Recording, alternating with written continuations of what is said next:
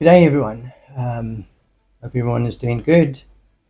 Thought get some thoughts out there, food for thought, and I want to deal with one aspect of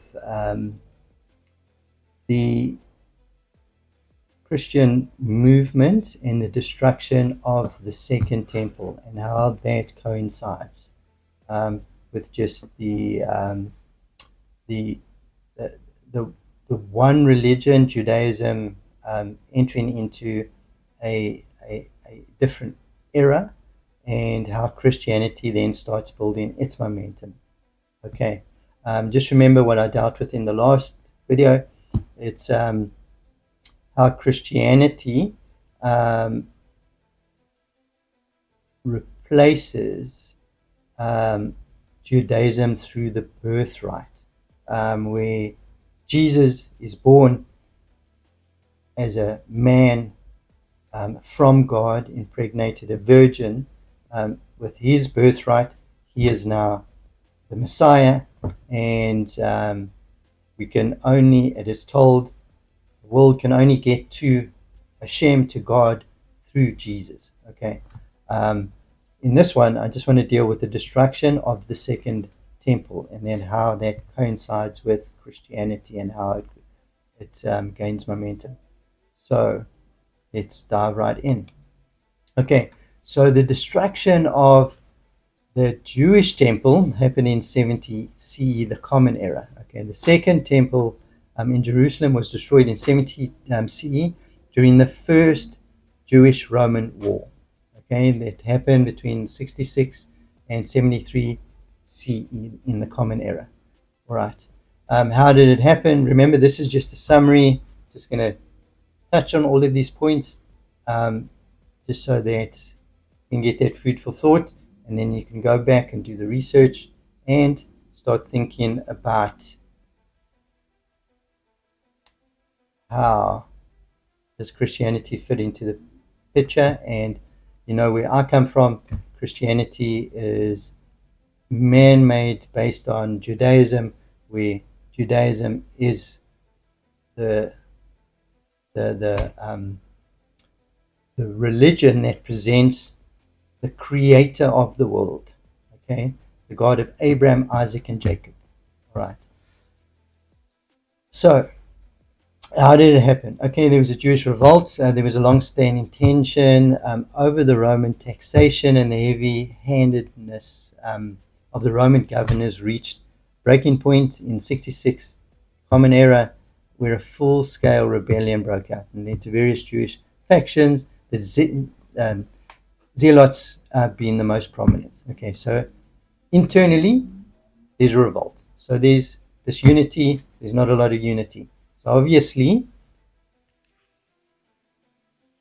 you can think for yourself, wherever there's disunity, you can't organize anything. So I'm not going to get into that, but yeah, that was partly why the destruction happened.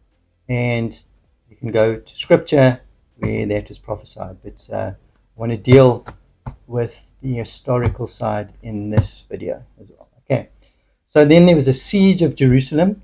After years of fighting, the Roman general Titus, son of the emperor, besieged Jerusalem, and the siege lasted several months, during which the city's internal factions were also fighting one another. Again, disunity inside, siege outside, so there's a whole weakening actually happening. So then there was the political retribution for Rome.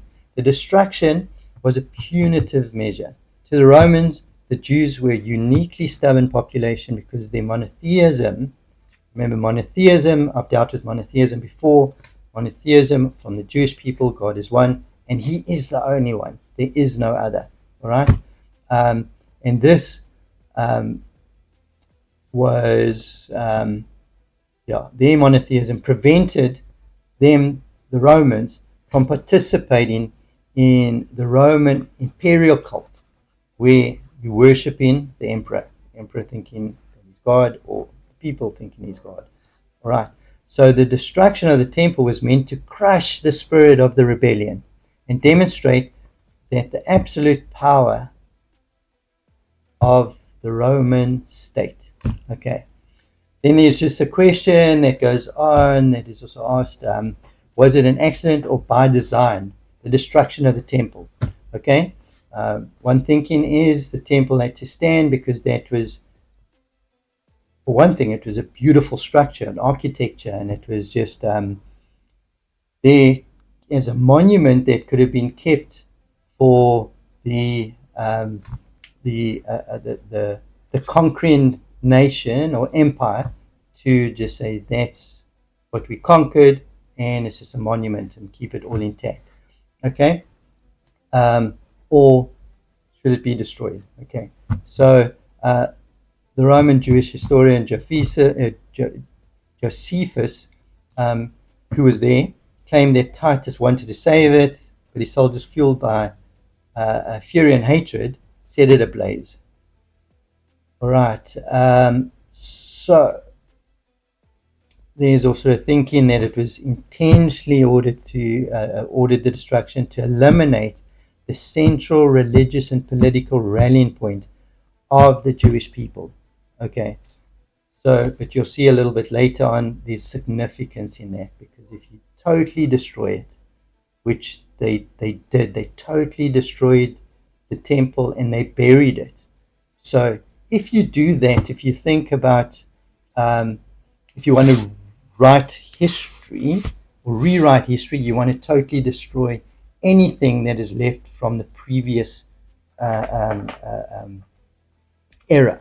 Okay, and you can even, in this case, by getting rid of the temple, you can bring in your own religion. You can rewrite that side of it, which effectively you can actually see, destroy one temple, establish a religion in another country where we know it's Rome, that's where it all started, and you build Christianity on that. You build all your cathedrals, you build your art, you build a system around there, and you actually start filtering that into society. Okay. So the establishment of Christianity in Rome. So now the temple has been destroyed. Christianity in Rome starts being established. So the establishment of Christianity happens in stages, moving from underground sect, okay, to a dominant power of the Western world. All right.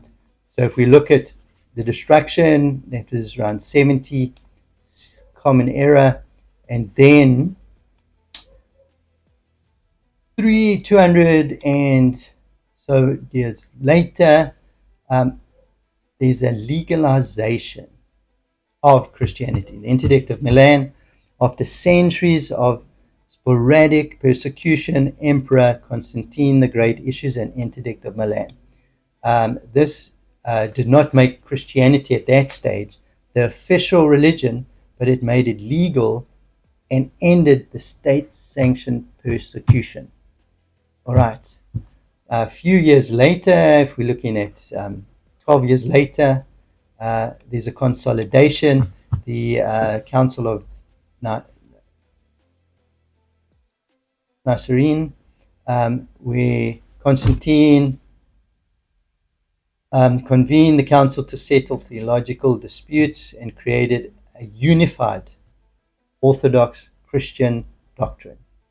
Okay, effectively aligning the church with the imperial structure. So remember, Rome ruling the world, strongest empire, wanting a religion, doesn't want Judaism, destroys the temple. The rabbi or all the Jewish people have to leave Jerusalem. They want another religion, which is Christianity, obviously. Okay, so and then 380 Common Era, the official state religion interdict of Thessalonica, the emperor made Nicene Christianity, the official religion of the Roman Empire, banning most pagan rituals shortly thereafter.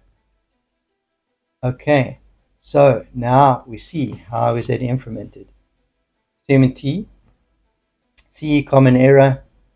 There's this unity amongst the Jewish people. They can't keep together. Jerusalem falls. Okay, the temple gets destroyed. The Roman Empire starts ruling. Wants a religion, elects Christianity, because remember, Judaism with the monotheism went against worshipping your emperor. Okay, so if you start looking where it's actually moving towards Christianity, there's also a human leader that's a rising Messiah, Jesus. You can start worshipping a man, because this is a man that was alive.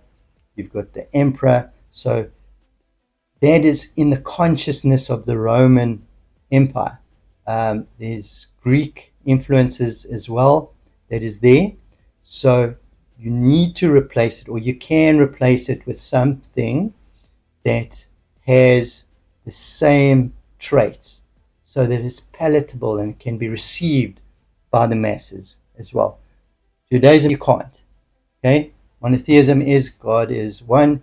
He is the creator of the world. He's not human. You can't get to it.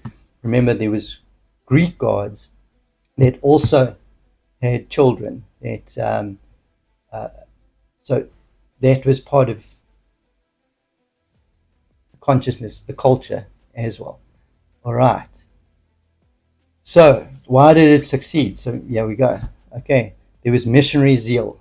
Early leaders like Apostle Paul, he wrote he wrote letters, and they used those letters to build up the New Testament. Okay, this Apostle Paul. Okay, and they were used by the Roman Empire, and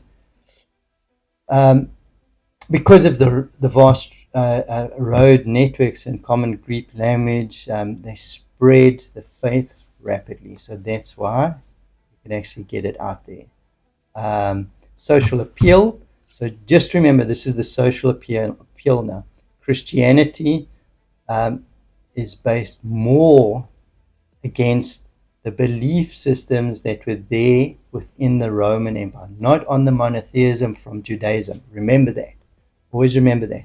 So Christianity's message of equality, okay? There's neither slave nor free, and it promises a glorious afterlife. We're highly attractive to the Roman lower class and women who had little power in the traditional Roman society. So just remember, you can call it the perfect storm, really. There was now this platform for this to be able to be ignited, because Judaism, with the destruction of the temple, didn't have that reference point to actually saying, how did the temple actually get there? And Mount Sinai, even previous to that. So that isn't there anymore. Now, it's, should you say easier? You can say easier because they totally destroyed the temple and they buried it as well. Okay. Then there is imperial unity. Constantine saw Christianity as a way to unify the fracturing empire. By adopting a single universal religion, he could use the church's organized hierarchy to bolster his own political authority. So that's how we know the church during that time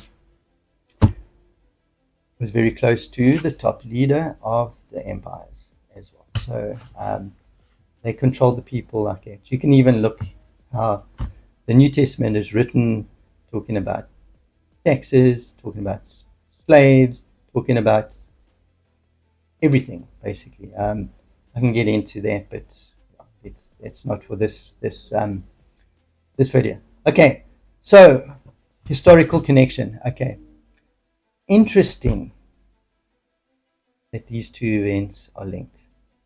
Interesting. Okay. Most Christians might not even see it like this as well, to the depth that I just touched on now. Just remember, you needed the consciousness, people's understanding to realize and recognize that there could be a man who is a God.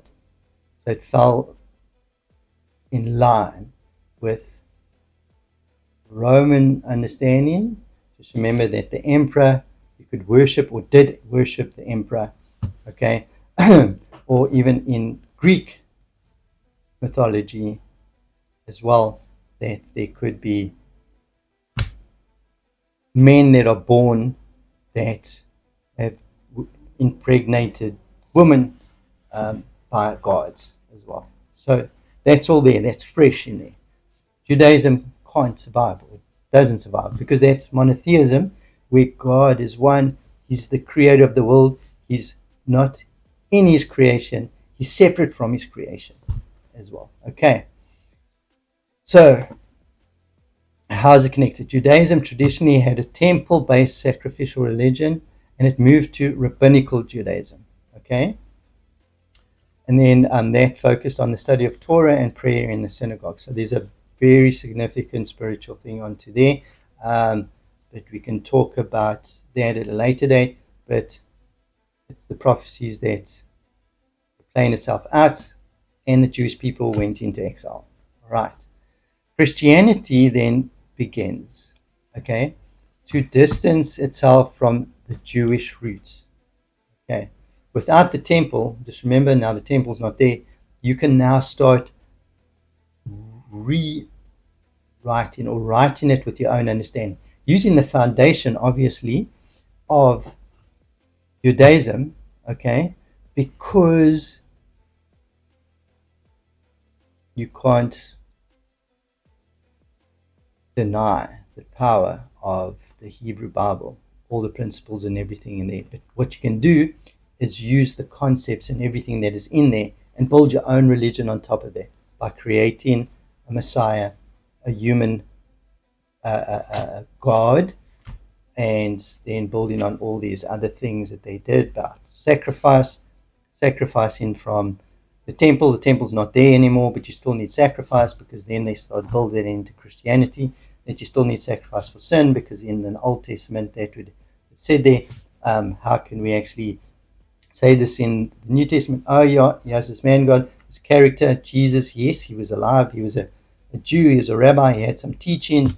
There's no writings of him, but only the writings of his disciples, which was Matthew, Mark, Luke, and John, and all of those. They took those writings, and yes, there was this character. There was the teachings. There was the crucifixion. I can go into like more details in there, but that's for another time as well. So there it all is: sacrifice. He has a God, and a Messiah, a leader of not only the Jewish people, but then this Messiah becomes the predicted Messiah that is going to rule and reign the whole world, which is a Jewish concept. Just remember, it's based on Judaism, but now it's been elevated to the understanding of the Roman understandings and the Greek understandings, to actually make this new religion and try and replace Judaism. Remember, they destroyed the temple, and now went and built everything within Rome, and all the art, all the songs, the hymns, the practices, the everything. Just remember, then stems from there. You build a whole culture around Christianity, which you have now. Crosses, the music, all of that stuff. Just remember, because Judaism, destroy the temple, destroy everything that's around there, everything, artifacts, even try and take out the people. Because just remember the Jewish people through history, how they try to the nations try and eliminate them. Even we've got October 7th, it happened. Same thing. Get rid of the Jews. Get rid of the Jews. Get rid of Jerusalem. Get rid of everything that is there to replace it. Same thing. Just remember, it hasn't changed. Okay, so that's how it is. You try to replace it. Temple is gone. Then they need to bring the New Testament, the Bible that comes. Okay, so this starts forming. I just wanted to deal briefly with that. Okay, the core collection of the Christian Bible, which is the Old Testament, which they call it, and the New Testament. Okay, by the end of the 2nd century, most Christian communities already agreed of the core set of scriptures. This included the Gospels, Matthew, Mark, Luke, and John, Acts of the Apostles, and the letters of Paul. So there we go. So they put those all together, and they put it on top of the Old Testament, which they call it, which is the Hebrew Bible. Although that was rewritten into Greek, and that's for another discussion as well. Okay, so then in 70 CE, this is the oldest known list of the New Testament books. It includes most of the modern New Testament, but excludes a few like Hebrews and 2nd Peter. Okay, I'm just going to skip forward. So the first complete Bible was 300 to 350 CE. So now you're thinking this is 250 years after the destruction of the temple. So what would have happened to those writings? What would have happened to the writings of the Old Testament? The translations, the understandings, and to then get it to fit into the narrative of who Jesus is and becoming Messiah, the human sacrifice, and taking the place of Judaism, being the religion that God revealed himself to the world through Judaism, through the revelation of Avram, okay, where he said he recognized there's one God and only one God. God said, that revelation, we're going to build a nation, and all the nations are going to be blessed through you, through your descendants. Okay. So, the final list was done in 367 to 400 Common Era, which then landed up to be the 27 books that makes up the modern New Testament, which was the first list, listed exactly as we know it today, by Bishop Alexandria. Okay, so what did I deal with here? So in this one, I just dealt with high-level history on the destruction of the temple and how that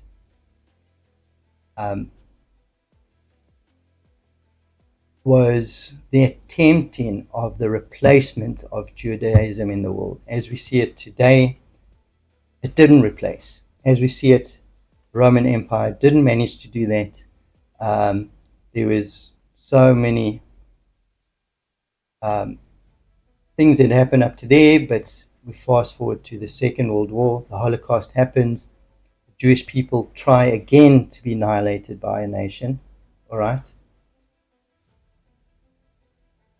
The Allies defeat the Nazis, and Israel is given to the Jewish people, okay? It fits in with prophecies as well. So remember, the annihilation of the Jewish people again was tried and didn't happen. And then there's the re-establishment of the Jewish state.